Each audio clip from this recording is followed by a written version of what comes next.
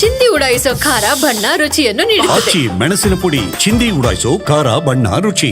ಖಾದರ್ರನ್ನ ಭೇಟಿ ಮಾಡಲಾಗುತ್ತೆ. ಬಿಜೆಪಿ ಶಾಸಕರ ಅಮಾನತು ಹಿಂಪಡೆಯುವುದಕ್ಕೆ ಮನವಿಯನ್ನ ಸಲ್ಲಿಸುವಂತ ನಿಟ್ಟಿನಲ್ಲಿ ಭೇಟಿ ಮಾಡಲಿದ್ದಾರೆ.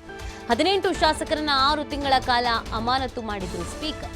ಶಾಸಕರ ಅಮಾನತು ಮರು ಪರಿಶೀಲಿಸೋಕೆ ಸ್ಪೀಕರ್ಗೆ ಮನವಿಯನ್ನ ಸಲ್ಲಿಸುವಂತ ನಿಟ್ಟಿನಲ್ಲಿ ಆರ್ ಅಶೋಕ್ ಅವರ ನೇತೃತ್ವದಲ್ಲಿ ಸ್ಪೀಕರ್ ಭೇಟಿ ಮಾಡಲಿದ್ದಾರೆ. ನಿಯೋಗ ಅನ್ನೋದು ಗೊತ್ತಾಗ್ತಾ ಇದೆ.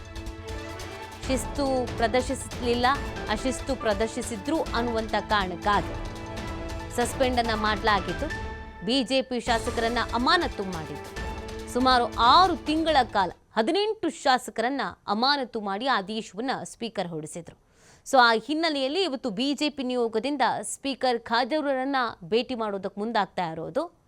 ಖಾದರ್ ಅವರನ್ನ ಭೇಟಿಯಾಗಿ ಈ ಅಮಾನತು ಏನಿದೆ, ಈ ಅಮಾನತನ್ನ ಮರುಪರಿಶೀಲಿಸಬೇಕು ಅನ್ನುವಂಥ ಮನವಿಯನ್ನು ಮಾಡಿಕೊಳ್ಳಲಿದ್ದಾರೆ. ವಿಪಕ್ಷ ನಾಯಕ ಆರ್ ಅಶೋಕ್ ಅವರ ನೇತೃತ್ವದಲ್ಲಿ ಸ್ಪೀಕರನ್ನು ಭೇಟಿ ಆಗುವುದಕ್ಕೆ ಇದೀಗ ಪ್ಲಾನ್ ಮಾಡಿಕೊಳ್ಳಲಾಗಿದೆ. ಇವತ್ತು ನಿಯೋಗ ಭೇಟಿಯನ್ನು ನೀಡಲಿದೆ.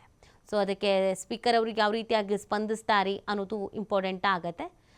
ಮನವಿಯನ್ನು ಸ್ವೀಕರಿಸಿ ಸುಮ್ಮನೆ ಆಗ್ತಾರೋ ಅಥವಾ ಪರಿಶೀಲಿಸ್ತೀನಿ ಅಂತ ಹೇಳ್ತಾರೋ ಅಥವಾ ಈ ಅಮಾನತಿಗೆ ಏನು ಮಾಡಿದ್ದಾರೆ ಅದನ್ನು ವಾಪಸ್ ಪಡ್ಕೊಳ್ತಾರಾ ಅನ್ನೋದನ್ನು ನೋಡಬೇಕಾಗತ್ತೆ.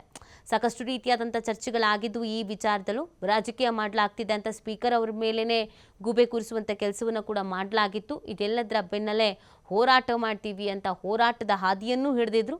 ಇದೀಗ ನಿಯೋಗ ಭೇಟಿಯಾಗಿ ಮನವಿ ಮಾಡ್ಕೊಳ್ಳೋದಕ್ಕೆ ಮುಂದಾಗ್ತಾ ಇರೋದು. ಇವತ್ತು ಸ್ಪೀಕರ್ UT ಖಾದರ್ ಅವರನ್ನು ಭೇಟಿ ಆಗ್ತಾ ಇದ್ದಾರೆ. ಭೇಟಿಯಾದ ನಂತರ ಮನವಿ ಪತ್ರವನ್ನು ಸಲ್ಲಿಕೆ ಮಾಡಲಿದ್ದಾರೆ. ಆ ನಂತರದ ಬೆಳವಣಿಗೆ ಏನು ಅನ್ನೋದ್ರ ಬಗ್ಗೆ ನೋಡಬೇಕಾಗತ್ತೆ. ಅಂದರೆ ಸ್ಪೀಕರ್ ಯಾವ ರೀತಿಯಾಗಿ ಇದಕ್ಕೆ ಪ್ರತಿಕ್ರಿಯಿಸ್ತಾರೆ, ಈ ನಿಯೋಗ ಮಾಡಿದ ಮನವಿಯಂತೆಗೆ ಈ ಅಮಾನತಿ ಏನು ಮಾಡಿದ್ರು ಅದನ್ನು ವಾಪಸ್ ಪಡ್ಕೊಳ್ತಾರಾ, ಮರುಪರಿಶೀಲಿಸ್ತಾರಾ, ಅದನ್ನು ಹಾಗೇ ಮುಂದುವರಿಸ್ತಾರಾ ಅಥವಾ 6 ತಿಂಗಳು ಅಂತ ಏನಿದೆ ಅದರಲ್ಲಿ ಅವಧಿಯನ್ನು ಕಮ್ಮಿ ಮಾಡ್ತಾರಾ, ಏನಾಗಬಹುದು ಅನ್ನೋದನ್ನು ನೋಡಬೇಕಿದೆ.